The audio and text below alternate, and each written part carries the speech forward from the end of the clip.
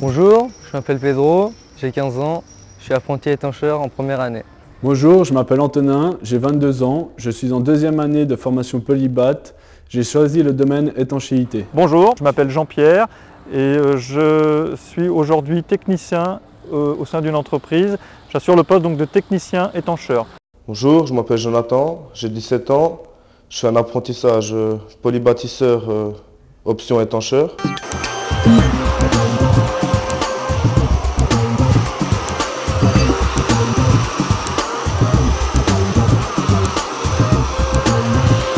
Qu'est-ce que c'est que le métier d'étancheur? Comme vous pouvez le voir aujourd'hui, on est sur site.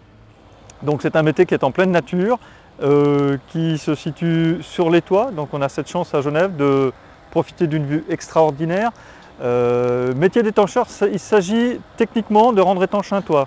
On réceptionne un support, qui est généralement un support béton. Sur ce support, on vient appliquer une première couche d'étanchéité qui est une mise hors d'eau, une barrière vapeur. Et ensuite, on isole cette toiture en posant un isolant de type PU comme on en a derrière nous. Et puis ensuite, sur cette isolation, on vient appliquer 2 couches d'étanchéité qui assurent l'étanchéité à 100% de la toiture.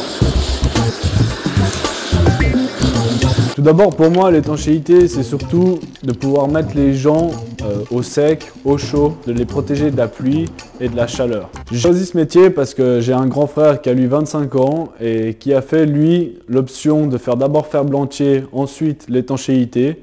Et j'ai pu voir grâce à lui la différence des deux métiers et donc je me suis lancé dans l'étanchéité. Aujourd'hui, on a des métiers qui deviennent de plus en plus techniques avec des isolations en pente. Il faut calculer par rapport au sens des écoulements. Il y a plusieurs procédés de pose d'étanchéité. Tout d'abord, il y a un pare-vapeur qui empêche l'humidité de s'accumuler dans l'isolation, une pose d'isolation et ensuite différentes couches d'étanchéité, soit de goudron, ça dépend.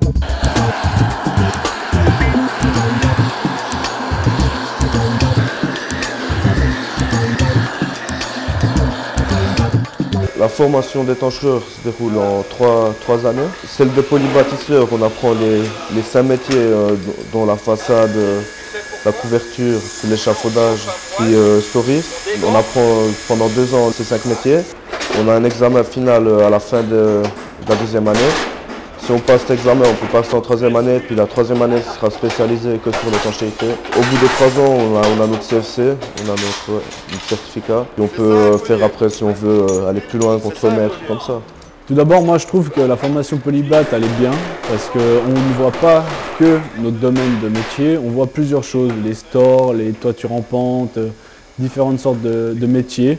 Et ça nous instruit beaucoup pour le futur, d'être sur un chantier, de savoir se débrouiller.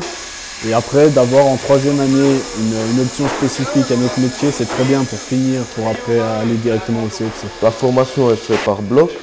Donc on vient à peu près tous les 3 mois, 2 mois et demi ici. On vient pendant 2 semaines, 2 semaines et demie. Puis après on repart à la maison pendant 3 mois, on est chez notre patron.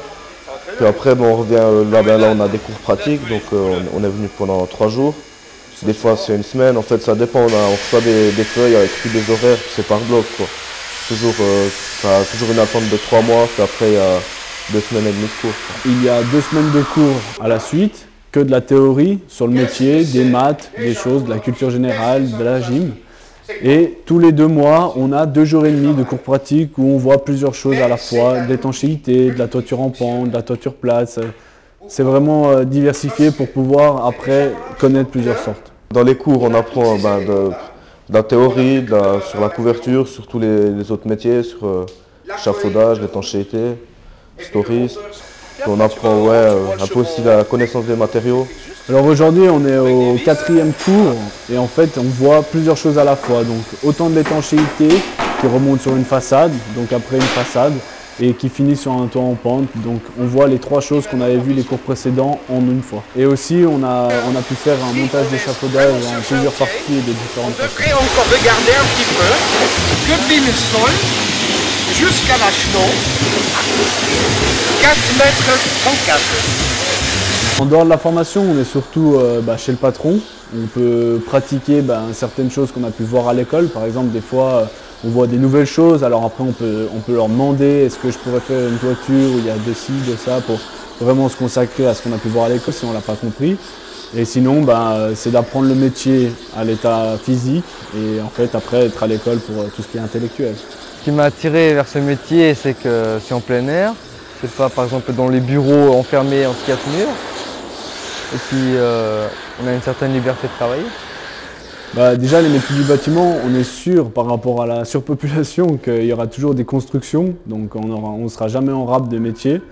Et il est quand même bien rémunéré, et après si on veut aller de l'avant et devenir technicien ou des choses comme ça, on y gagne très bien notre vie. Après le CFC, si je le réussis, je l'espère, j'aimerais bien devenir technicien pour essayer de plus avoir un contact avec la clientèle tout en connaissant le métier, en l'ayant pratiqué à l'état brut, de pouvoir après l'expliquer aux gens lors de réunions ou de choses comme ça pour pouvoir parler de mon métier que j'ai appris. Après, si on a la chance de trouver une entreprise qui nous prend avec un papier, on peut aussi espérer qu'ils nous voient compétents et intéressés et donc nous faire évoluer dans l'entreprise avec un technicien par exemple, et on peut apprendre plusieurs sortes de choses en voyant avec quelqu'un en fait. C'est plus un apprentissage, c'est vraiment à l'état, grâce à un personnel d'une entreprise où on peut se débrouiller pour apprendre le métier de technicien. Quand on est sur un chantier comme celui-ci, les gens sont autonomes. On est nous derrière pour assurer la gestion technique du chantier, mais on demande aussi beaucoup aux gens qui sont sur le terrain, qui sont là pour s'organiser dans leur métier, dans leur travail de tous les jours et pour gérer un petit peu leur chantier. Donc c'est à la fois un métier technique, mais en même temps une prise en main de son chantier, donc plusieurs compétences. Ouais. La chance qu'on a, c'est d'être à l'extérieur. Alors c'est vrai que des fois, il y a des inconvénients, comme l'été, il fait un peu chaud, mais on a la chance d'être en plein soleil, de pouvoir être dehors, de respirer. Et l'hiver, de faire des choses, tout dépend des chantiers, des fois on est dedans, des fois ça dépend, on est souvent à l'extérieur, mais c'est une habitude à prendre et c'est vraiment pas dérangeant. J'aime bien utiliser mes mains, je ne pourrais pas rester dans un bureau ou bien dans une maison toute la journée assis. Déjà quand j'étais à l'école, j'ai vite quitté l'école, ça m'a vite saoulé, donc j'aime bien être en train d'utiliser mes mains, même s'il faut, dans tous les métiers, j'aime bien aussi aux travaux manuels, à l'école ou comme ça, quoi. Pour attirer les jeunes vers le métier, ils doivent aimer le travail en plein air, puis aimer faire de la musculation pour la même occasion. Les gens pensent souvent que les travaux du bâtiment sont des gens pas trop cultivés ou des choses comme ça, mais grâce à nous et grâce à plusieurs formations, vous pouvez bien dormir et vous pouvez être au sec, quoi.